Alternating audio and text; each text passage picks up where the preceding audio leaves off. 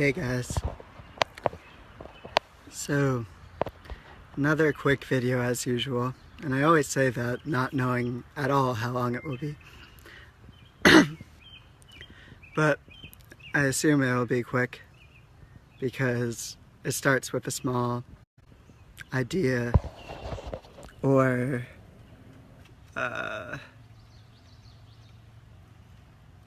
addendum or refinement, that's what I'm looking for, of another idea that's common or inherited or passed on a lot. So this video is going to be about the idea that Eckhart Tolle, I believe, has of pain bodies that he talked about in The Power of Now, which was obviously a huge spiritual book. And I want to start by saying that I feel that the whole idea of pain bodies is pretty vague. And I wonder if it's vague for reasons of communication or reasons of fearing communication.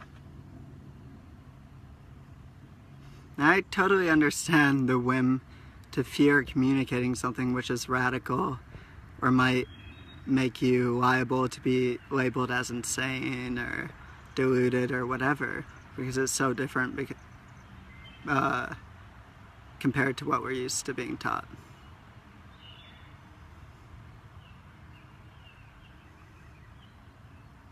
What Eckhart Tolle means by a pain body is a sort of duplicate or conditioned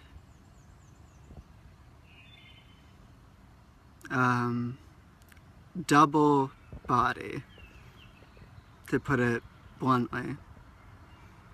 What I mean by that is the body itself never needs to be aware of itself. So that's why they say in Vedanta and Hinduism that Brahman can't shine a light upon itself, can't cut itself. It's like a knife that can't cut itself. Because the body itself, if it's functioning as a total entity, can't be aware of itself. It's only aware of the direct sensory stimuli around it. On the other hand, we do seem to have this self-contained consciousness that we are so fascinated with and talking about all the time. And by consciousness, I mean awareness of something happening inside of us, specifically. And you might say, well, what about awareness of something outside of us? Well, actually, what we call awareness of something outside of us is just awareness of our mental categories that we've built around that theme or thing. For instance, I could say, well, my mind is aware of this chair over here when it thinks about the chair. But actually it's only aware of its presuppositions and assumptions and belief systems and inherited associative data which surrounds the idea of a chair. Just so you know who I'm talking about, this is my friend the lawn chair who is sitting with me. And so what's going on then when we have this dual awareness, where we're aware of activity inside of ourselves, while also being directly aware of our sensory surroundings? It's actually that we're sort of cohabiting our forms, co-inhabiting with another entity.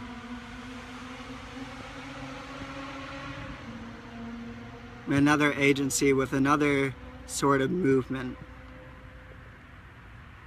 I talk about this a lot in my book, The Indwelling, a lot in my book, Elephant Tusk. The Indwelling's sort of a novella, short. Elephant Tusk is a 1,000-page mammoth, fitting to a name, coming soon. The idea of a parasite or a mind infecting entity which can take over the body, or at least split the body's will into halves or more, fracture it. So what's meant by a pain body is a sort of double image or overlapping entity which is made from the body's habitual traumas, habits, and aversions, and also desires. And the reason they say liberation is freedom from desire, suffering is rooted in desire, is because as long as we desire, we make ourselves privy or prone to being infected or taken over by the co-inhabiting mind entity.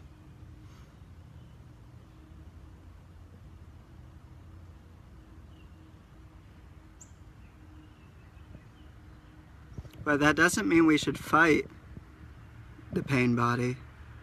It means because pain is created by, as I said, aversion, trauma, and resistance. It means we should embrace it and contain it. And when you contain this influence entirely, it doesn't have anything left to hold on to. And I want to be serious about how literal I'm being right now. There is another thing cohabiting the average human body. Call it whatever you want. There's a lot of words for it in mysticism and in folklore, you know, jinn, archons, the watchers, all this bullshit. I'm not even going to claim to know what it is. I just know how it works and how it operates. I often call it the cultural mind or the habitual mind.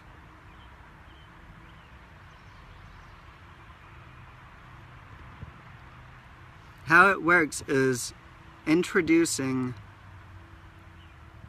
an experience or a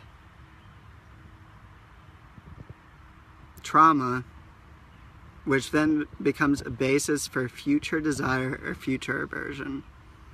And then this habitual resistance towards experiences which are like that original trauma, or habitual magnetization towards experiences which duplicate the original desire, it creates a sort of counter movement in the body, or as I call it in my time-like theory, a different experience of time. So the body is always experiencing time as a constant through the senses, and the mind is moving at a different rate inside, and I call that brain time. What I'm really saying is that there's a conflicting agency present within our bodies. I remember first becoming aware of this one time when I was on the school bus as a child coming home from school. And as I slowed my breath, I realized that something else seemed to be breathing my lungs also. That there seemed to be two wills there. One which breathed naturally, and another by effort, right? Effort is the strain of having two wills fighting with each other. And the reason we're so apt to identify with the second invading, co-inhabiting will is because it's working with things that are innate to our individuality. So, for instance, it might say, oh, you really like that drug, huh? Well, you're going to do it again. It's true that you like that drug. It's true, and there's no shame that should be tied to that. But as soon as you keep needing it again and again, and it gives this other agency the ability to take over you.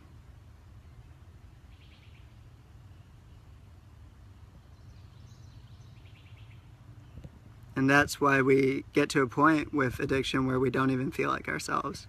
Because this other agency which works on habitual neural circuits which may or may not be in the interest of what we need right now has become so pronounced that it's taken over. Right? It definitely doesn't like that I'm saying this. But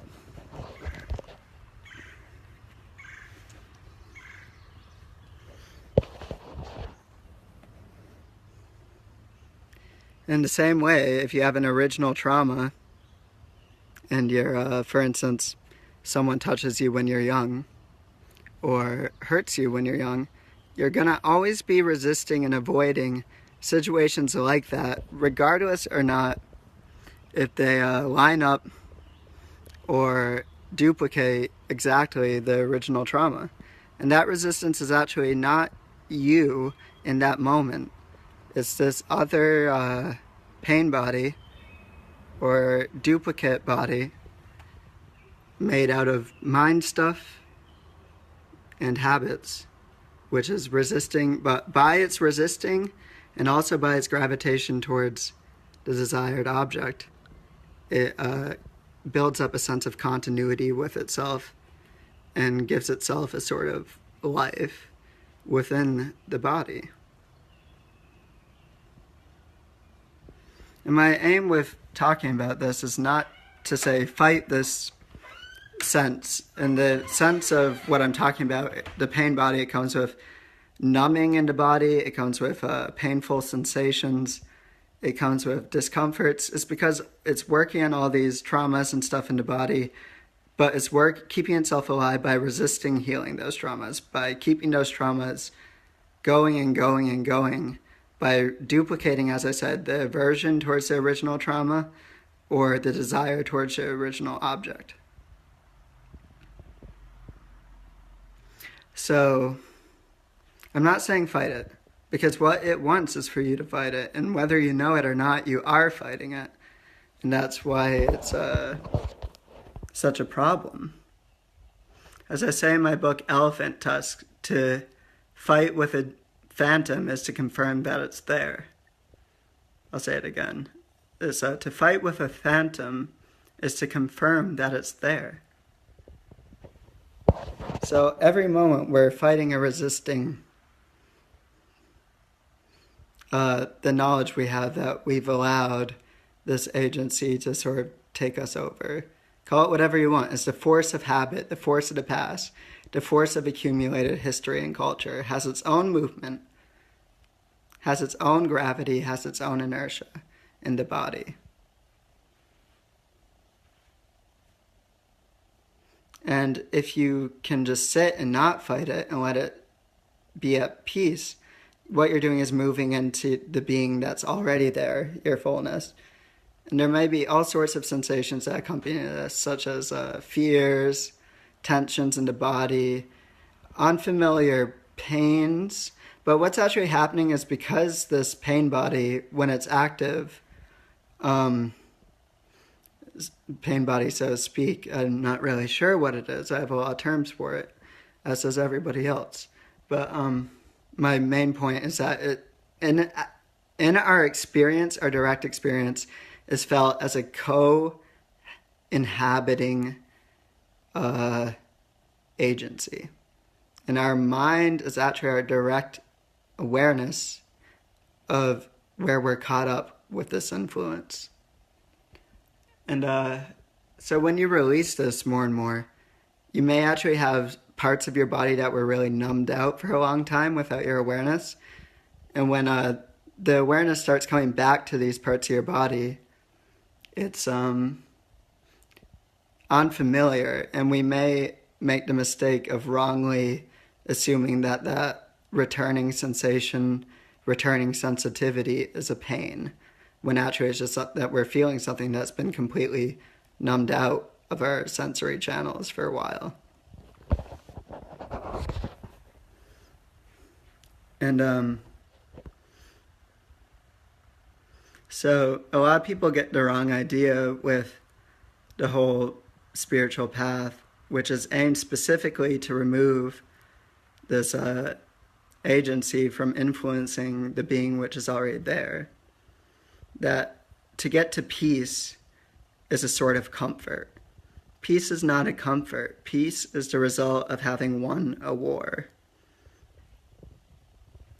And that war is with this agency of trauma, past conflict, of other interests which aren't your own, call it whatever you will, which is constantly, every moment, selling itself to you as the real you by producing sensations, thoughts, feelings, memories, etc. All these things cluster around the illusory I.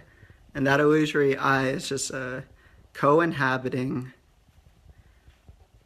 ego, as you call it.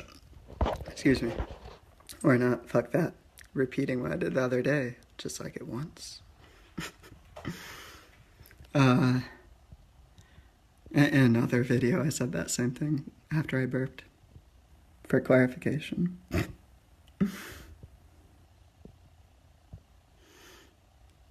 So, don't fight. What you fight, you feed. It wants you to fight, and that's why we're always fighting each other. Is that this other agency of culture, past accumulation, is working through our bodies, quite literally, and keeping itself alive through the resistance towards it, and also the desire for something else. Our helplessness in this situation cannot be entirely understated. But all we can do is give in to the fact that we are at war with ourselves from inside and accept that completely and not try to get elsewhere. Because as soon as we try to get elsewhere into the image of the desire of the original object or the image of the version of the original trauma, then we're supporting the continuity of this influence over us. And we often get into pretend habits where we know if we do this, we think, oh, we can get away with it and won't have a consequence. But the consequence is that you make yourself more prone, more vulnerable to sort of infection or infestation or inhabitation by the ego entity. So, as I've always said, I'm not going to pull any punches when I'm delivering what I know. If it makes me appear whatever way, I'm not concerned with that. But I want people to have as accurate information about the transformative process as possible and what's required, or else they'll be lost. And avoiding people, making people uncomfortable, isn't serving anything but our continued slavery to our mental apparatus. But being forthright and blunt is a uncompromising way of bringing the self into the world, the being as it already is, without the influence of what Eckhart calls those pain bodies, which, as I said, is an aggregate accumulus of both our past traumas centered around the original trauma and the past desires centered around the original desired object, whatever that may be. We have to find the root of both of those in ourselves and find that they go to the same place, which is us.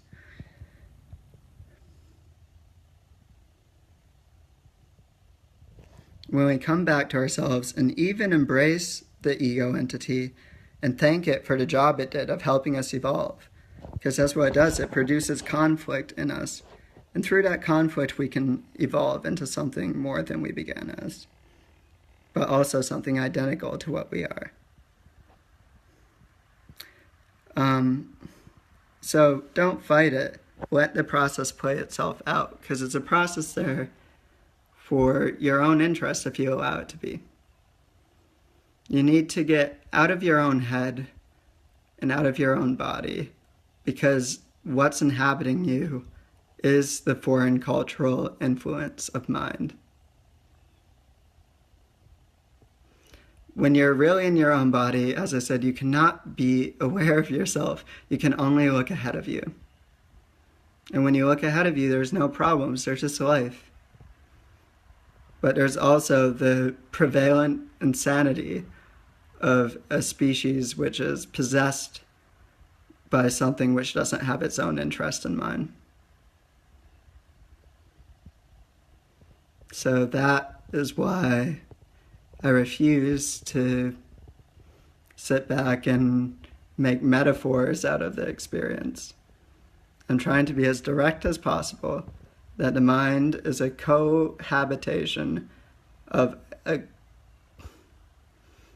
simultaneous yet differing experience of the world, which is splitting us in two. But the only way to overcome it is to embrace it, accept it, and move through it into a new full life as you. I love all of you.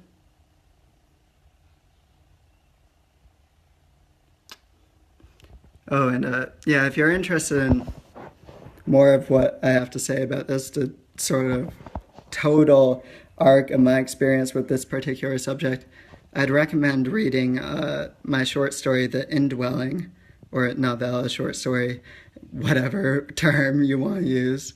It's posted on my page under my profile picture in the links. You'll see it. It says Doctroid, and you can go there and read that story, which is based on all my experiences and also insights into possession. And I want to say that the ego is a form of possession. We're being possessed by interests that aren't our own to keep something else alive and continuous.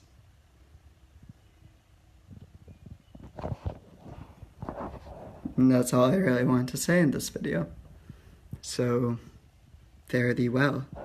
Always feel free to message me if you have any further inquiries or insults. I love both. Bye.